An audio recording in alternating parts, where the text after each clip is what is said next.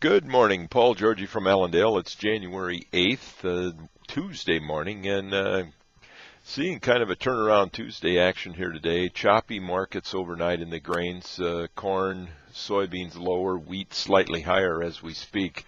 Not a lot of news to talk about here today. We've certainly got the USDA supply-demand report, quarterly stocks report, production report, all out on Friday. It comes out at 11 o'clock Central Time, 12 o'clock Eastern Time, in the middle of the session for the first time.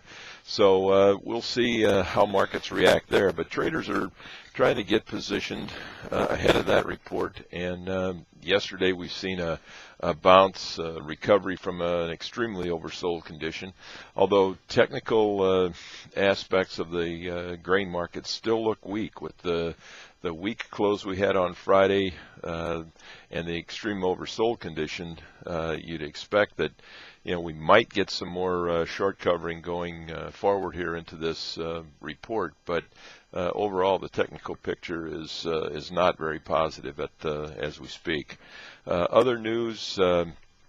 Reports that China bought one cargo of soybeans out of the Pacific Northwest yesterday, simply because of the shipping slowdown in South America. They're about 20 days ahead of the slowdown by buying it out of the Pacific Northwest. They gain about 20 days on their delivery time. Also, there's been a lot of talk by analysts of how much soybeans China is going to buy, and the consensus is here that China may actually be buying less beans during the month of January, and the main reason for that is just less demand. We've also got NOPA Crush coming out with their numbers for December. That'll come out next Monday. We've also got the last day of trading for January soybeans on Monday. So a lot of action and a lot of important events coming around this weekend. In the demand side of the equation here in the Midwest, we've seen Central Illinois processors add 10 cents to their corn basis here since Friday. Just a lack of any movement, and the need for some fill-in corn is the main reason for the strength there. Export sales have still been very slow. We are just not competitive with South American corn. Rich Nelson in our office, our chief strategist, said yesterday that the U.S. corn is about 50 cents a bushel higher priced than South American corn is at this point in time. Weather conditions in South America certainly have got to be considered favorable to the crop. Some of the weather forecasters are taking the heat out of the forecast for Argentina, with some 90-degree temperatures in areas, but not a long-lasting hot spell at this point in time. So weather conditions certainly can't be used as a bullish support. The USDA report this Friday certainly looks like it could have something for everybody. There's a lot of different numbers. I talked a bit about it this morning in the wake-up call. You might want to take a look at that, but a lot of adjusting expected here yet before that report on Friday.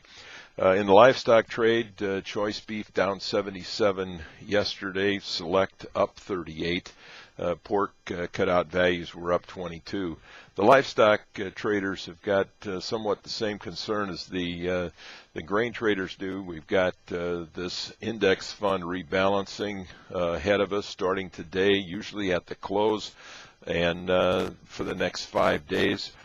We've also got the Goldman roll which starts here this week for the February contract in the livestock. So some adjusting going on there. We've also waiting for some cash cattle to trade. Bids and offers are still very far apart, and with a light movement we seen last week, we would expect to see some greater movement this week from the feedlots. So it's a real standoff. Who's going to give in first in this cash cattle trade, which could have a huge impact on futures prices, as futures prices right now are trading considerably higher than the cash market. So stay in touch with Allendale's research on that. We'll keep you informed.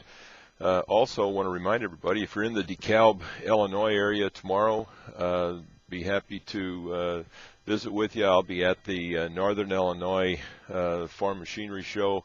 It'll be at 10 o'clock in the morning at the Convocation Center in DeKalb.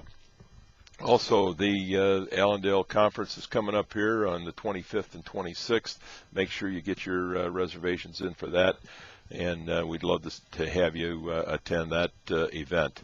If you got any questions, give us a call, 800-262-7538. We wish everybody a very successful trading day, and I will talk to you tomorrow morning.